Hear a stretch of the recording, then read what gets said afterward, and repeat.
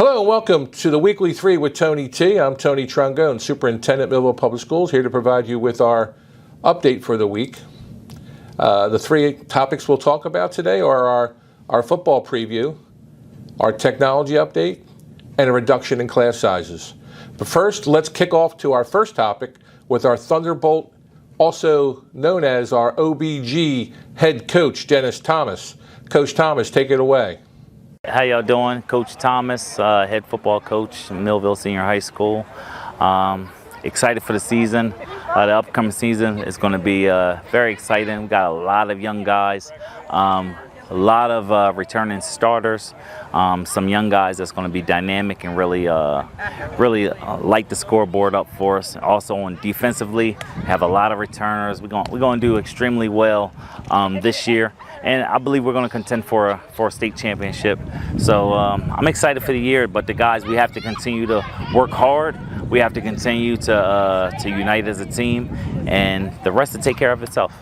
Hello everyone, I'm Dave LaGamba. I'm the Athletic Director and Supervisor of Health and Physical Education for the school district. Welcome, looking forward to a wonderful school year, and looking forward to a great sports year too as well.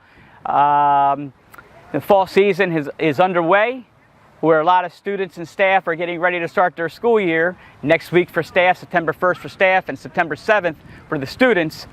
Our student athletes, our coaches, and our athletic programs have been up and running since the beginning of August. And for most of them, they've been doing stuff all summer long with our summer weight training and summer conditioning. So I mentioned I'm looking forward to the upcoming school year, upcoming sports season, and that's because for the last year and a half, the times have been a little crazy with COVID.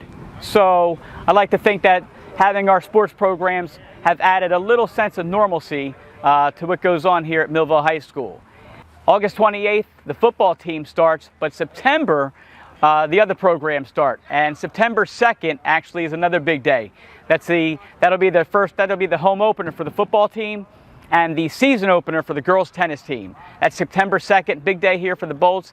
It's the second day that staff will be reporting to their respective buildings. So when you're done your workshops, whenever you're done whatever you need to do, come on out, shoot on over to the tennis courts first for a 4 o'clock tennis match, and then a 6 o'clock football game, and the football team will be hosting Mainland that night. With all due respect, in a battle that could end up being a Group 4 playoff matchup. So I mentioned football, I mentioned girls tennis. We got boys soccer, girls soccer, field hockey, boys and girls cross country, and cheerleading. Those are the other programs that the high school athletic department offers. Our marching band will also be performing at our football games. So a lot of activity, a lot of kids that have been doing a lot of things to get ready for these upcoming games. We have probably over 350 student athletes that are participating, and I know in the band, if I add the band's numbers too, those numbers increase and will put us above 400. So a lot of kids doing a lot of great things. So come on out, support the kids, come on out, support the coaches, and come on out to support the programs. Thank you, Coach Thomas and Mr. LaGamba, on those updates. Now for our technology update. The Chromebook and laptop handbook is available on the website, and you can also access it in the link below. And it has a lot of information that is helpful to students and parents in getting ready for the new school year regarding the use of your device. And getting ready for the school year, is your device powering on? Can you log in to the network? Do you have your charger? Are you having any other issues? You can get help or repairs by accessing our help department through the email support@millville.org. But also, you have to stay tuned for information regarding teaching and learning, and that information will come from your school and your school principal. And finally, our third topic, reduction in class sizes, will start with grades 6 to 8, Lakeside Middle School. So in prior years, our core subject areas, language arts, math, science, and social studies, had about an average of 24 kids in a particular class. And with the addition of new staff, we've lowered that class size down to about 19 students in those core subject area classrooms. And for the reduction in class sizes at the elementary level, I hit on that topic in a previous session, but we're going to go a little deeper.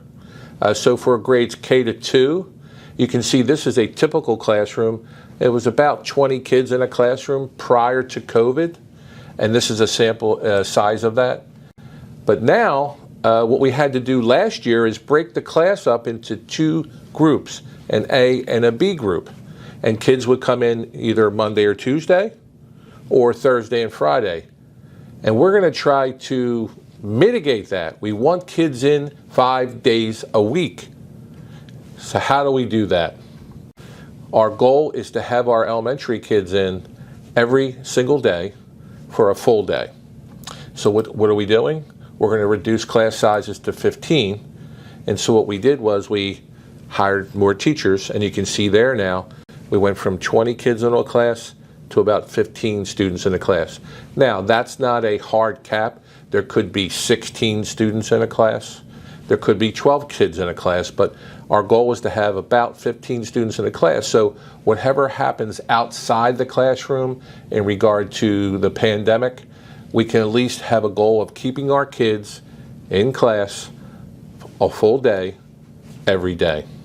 But in grades 3 to 5, it's a similar situation where we had an average of 24 kids in a class, and now it's going to be 18 students in a class.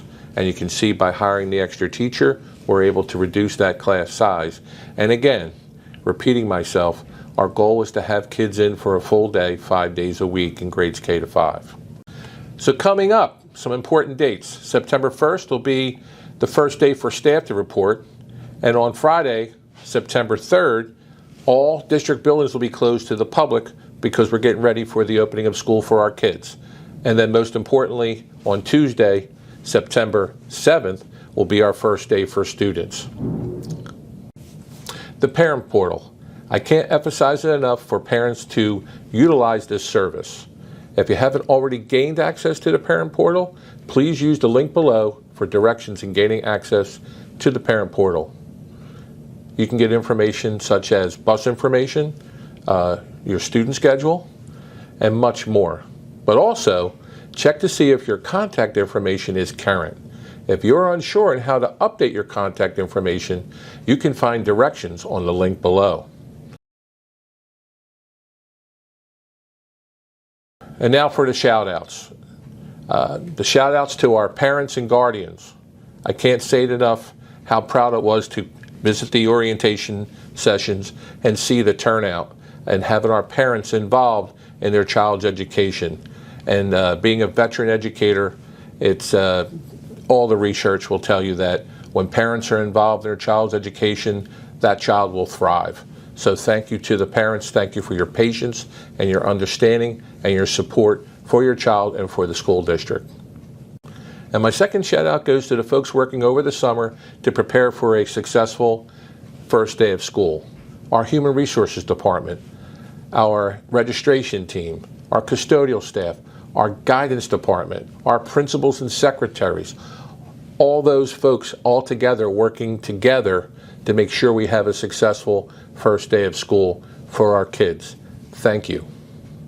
And next week, our 3 topics will be welcoming back our students, welcoming back our staff, and also our high school open house. And as always, we look forward to your feedback in multiple ways. So you can see we have it in Facebook, we have it in Twitter, we have it in Instagram, and then also through email. So please reach out, and we look forward to your feedback. And in closing, go Bolts.